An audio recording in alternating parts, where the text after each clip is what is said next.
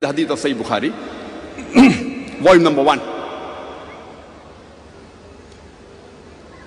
It's mentioned that Prophet Muhammad, peace be upon him, Hazrat Aisha, may Allah be pleased with her, she narrates that I was between Muhammad sallallahu alaihi wasallam and the Qibla when the Prophet was praying, and before he did the sujood, he pushed my leg and I moved my leg aside, indicating that in the salah, the Prophet touched the leg of Hazrat Aisha, may Allah be pleased with her, and yet continued the salah, indicating that physical touch does not break the wudu. And there are several Sahih Hadith, other Hadith, which prove to us that physical touch does not break the wudu. This Hadith is of Sahih Bukhari, volume number 1, Hadith number 519, 519. Now I'm asking the question, who is right? The opinion of Imam Abu Hanifa or the opinion of Imam Shafi? Imam Abu Hanifa. Because his opinion is matching with the Quran as well as the authentic Hadith. So somebody will ask me, do you mean to say that Imam Shafi was wrong? Let's see, we respect Imam Shafi, may Allah's mercy be on him, rahimahullah. We respect him, we revere him, and we love him. And the Prophet said that anyone who gives opinion after doing research, any scholar gives the opinion, if the opinion is correct, he gets 1 reward. Sorry, if the opinion is correct, he gets 2 reward. If the opinion is wrong, he gets 1 reward. Any scholar gives a fatwa, gives the opinion. If it is correct, he gets 2 reward. But even if it is wrong, he gets 1 reward. I'm not saying that Imam Shafi, may Allah's mercy be on him, that he was not intelligent. He was very intelligent. He was very knowledgeable. But we have to realize that during the time of Imam Abu Hanifa, Imam Shafi, may Allah's mercy be on them all the hadiths weren't compiled. The compilation of the hadith started before but completed later on. So maybe this hadith of Abu Dawud, volume number 1, chapter number 70, hadith number 179, as well as the hadith of Sahih Bukhari, volume number 1, hadith number 519, it did not reach Imam Shafi. So because it did not reach him, he took one of the 2 options, physical touch or sexual touch. He took it as physical touch. Not that he was not intelligent, maybe this hadith didn't reach him. So based on his knowledge of the Quran, which can have one of the 2 meaning, he took one meaning. Not that he made a mistake purposefully. What we say, maybe this hadith didn't reach him. Let me give you another example. I asked the question that in the salah, in the loud salah, the salah of Fajr, of Maghrib and Isha, after the Imam completes Surah Fatiha, according to the Hanafi Maslak, should the people in the congregation, should they say Salah, should they say Ameen loudly or no? According to Abu Hanifa, according to the Hanafi Maslak, you should not say Ameen loudly after the Imam completes his Surah Fatiha in the loud Salah. But according to Imam Shafi, may Allah's mercy be on him, should the people, the Muttadi, the congregation, should they say Ameen loudly or no? The answer is yes. Simple, everyone knows about it. Everyone knows about it. In the Hanafi Madhab, you don't have to say Ameen loudly. In the Shafi Madhab, you have to say loudly. In the Fajr, Maghrib and the Isha Salah. Who is right?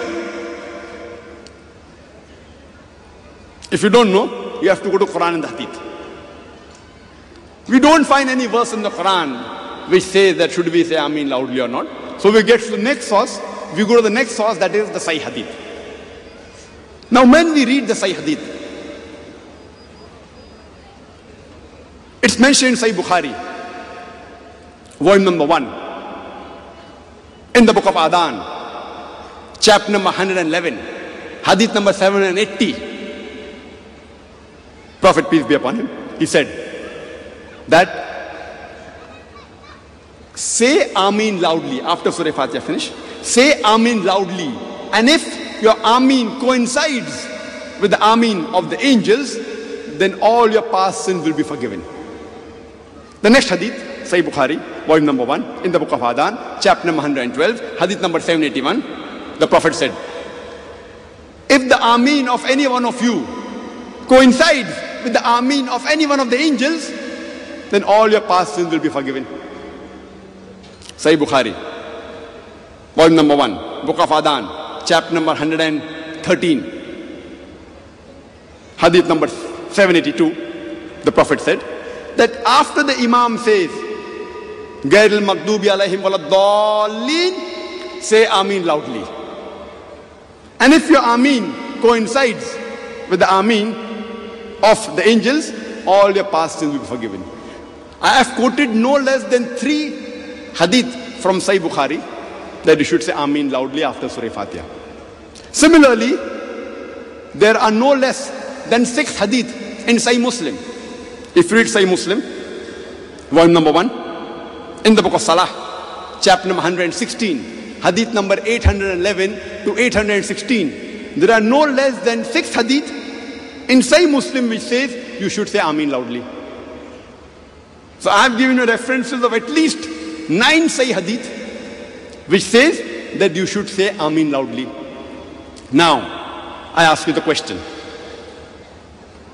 Who is correct? The Hanafi maslak or the Shafi maslak? The Shafi maslak. Simple. What matches with the Quran and Sahih Hadith, you follow that. Simple. Now, coming to the question. The first question, that does the wudu break or not when a person accidentally, if a man accidentally touches a woman or a woman touches a man? Imagine if a non-Muslim who accepts Islam and he asks me, Brother Zakir, if a woman touches me accidentally or if I touch a woman accidentally when I'm in wudu, am I yet in the state of wudu or not? Does my wudu break or not? So will I ask him, that is your father Hanafi or a Shafi? See, his father was a non-Muslim. So my answer should be based on Quran and Sahih Hadith. And when we analyze the Quran and Sahih Hadith, we come to know that the wudu does not break. So irrespective whether you come from any background, unless someone comes and tells me, see Brother Zakir, you know that the Hanafis have got some oil in their skin and the Shafi don't have oil, therefore the Hanafi, the wudu doesn't break and the Shafi breaks. If someone gives me some scientific reason, then maybe I'll have to think over it. But there's no such thing that the skin of the Hanafi is different and the skin of the Shafi is different. You have to go back to Allah and His Rasul. And when we do research in the Quran and Sahih Hadith, we get the answer. Again, somebody may ask me in the second question that saying Ameen loudly, Imam Shafi is correct, and the Hanafi maslak not to say Ameen loudly. Do you mean to say Abu Hanifa was wrong? Didn't he have knowledge? No, Bismillah. Imam Abu Hanifa, may Allah's mercy be on him, Rahimahullah. He was a great scholar. We love him, we respect him. But not that he made a mistake purposefully. Maybe these hadith, which I quoted of Sahih Bukhari, volume number 1, hadith number 781 to 782, and the hadith of Sahih Muslim, volume number 1, hadith number 811 to 816, this may not have reached him. As I told you earlier, that when the Prophet was alive,